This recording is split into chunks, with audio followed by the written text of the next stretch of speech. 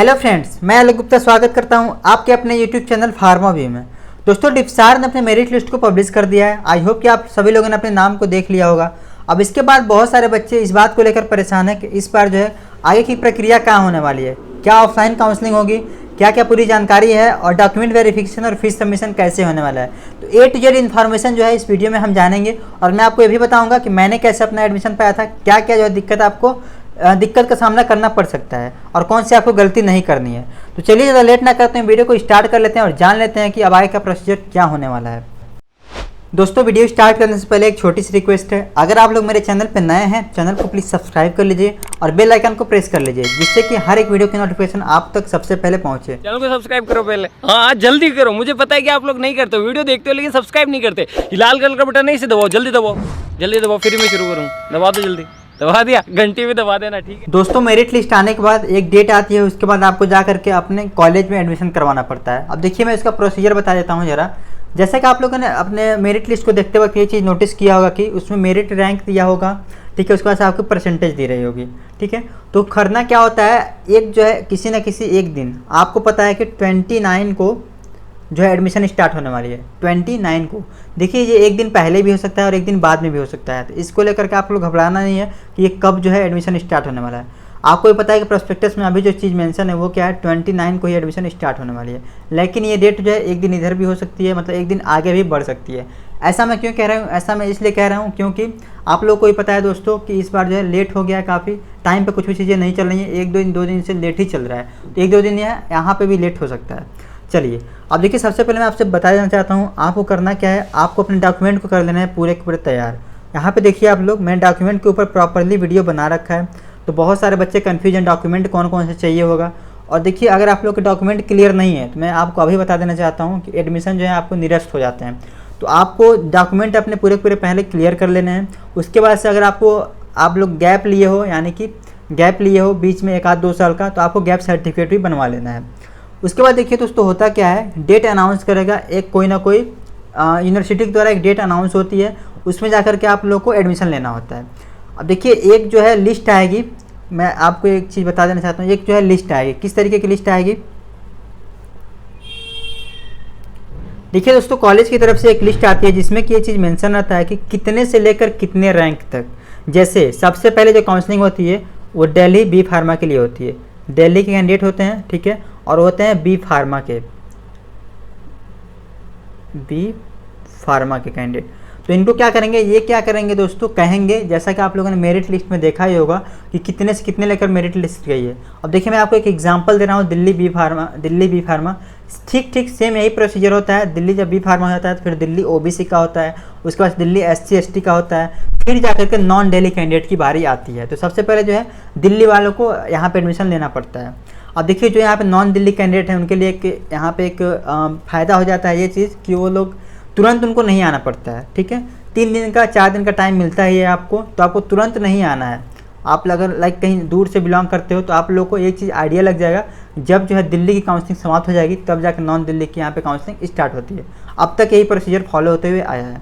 चलिए, अब हम बात करते हैं यहाँ पे क्या करेंगे। ये लोग एक लिस्ट निकालेंगे, उसमें कहेंगे कि एक रैंक से लेकर के, ठीक है, एक रैंक से लेकर के और 120 रैंक तक, ठीक है, 120 रैंक तक जो भी जनरल कैंडिडेट हैं वो इस दिन, यानी कि वो कोई ना कोई एक डेट अनाउंस कर देंगे। मैं यहाँ पे एग्जांपल के तौर पे बता रहा हूँ, कहेंगे 29 तारीख को आप लोग कॉलेज में रिपोर्टिंग करो अपने डॉक्यूमेंट के साथ। कॉलेज में रिपोर्टिंग करना होता है पूरे पूरे डॉक्यूमेंट के साथ। तो देखिए, यहाँ पे होता क्या है, यहाँ पे जो कॉलेज में बच्चे रिपोर्टिंग करते हैं उनकी यहाँ पे एडमिशन हो पाती है। अब जैसे कहने का मतलब यह है कि आप लोग समझिएगा थोड़ा ध्यान से इस बात को।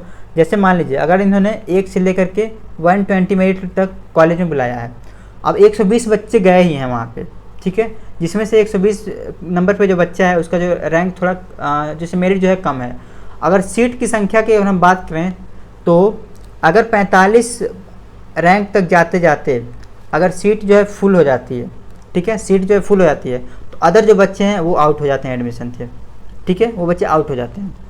तो इतने ही बच्चों को एडमिशन मिल पाते हैं। ये प्रक्रिया जो है 1 दिन 2 दिन 3 दिन भी चल सकती है, इसमें कोई डाउट नहीं, क्योंकि एक ही दिन में 45 बच्चों का एडमिशन नहीं हो जाता है। ठीक है, डॉक्यूमेंट वेरिफिकेशन होता है, फिर उनका वेरिफिकेशन होता है, उसके बाद फीस सबमिशन होता है, क्लियरेंस मिलता है, तो बहुत सारी दिक्कत जो है वहाँ पे होती है। तो एक दिन में 5 से 10 बच्चों का एडमिशन ही हो पाता है, फिर आपको नेक्स्ट डे बुलाया जाता है। ठीक है, फिर आपको एडमिशन लेना पड़ता है। तो ये तो हो गई जो मैंने आपको बता दिया कि ये प्रोसीजर है। मैं आपको एक चीज़ प्रोसीजर बता रहा था अभी तक। अब थोड़ा सा मैं आपको एक चीज़ बता देना चाहता हूँ। आपको पता चल गया है कि डेट जो है अनाउंस होगी, उसके बाद आपको अपने पूरे डॉक्यूमेंट लेकर पहुंचने हैं। आपका डॉक्यूमेंट वेरिफिकेशन होगा, फीस सबमिशन होगा। देखिए, अगर एक बच्चे जो है, अगर एक कोई कैंडिडेट गए हैं, उनका डॉक्यूमेंट वेरिफिकेशन हो गया, तो उनको फीस भी उसी दिन सबमिट कर देना रहता है। ठीक है, उनको फीस भी उसी दिन सबमिट कर देना रहता है। और अगर आपके डॉक्यूमेंट में कोई प्रॉब्लम आती है तो आपको दूसरे दिन वहाँ पर बुलाते हैं लोग। ठीक है, दूसरे दिन आपको बुलाते हैं और आपके डॉक्यूमेंट जो सही करते हैं, फिर आपका फीस सबमिशन होता है, उसके बाद आपको स्लिप मिल जाती है।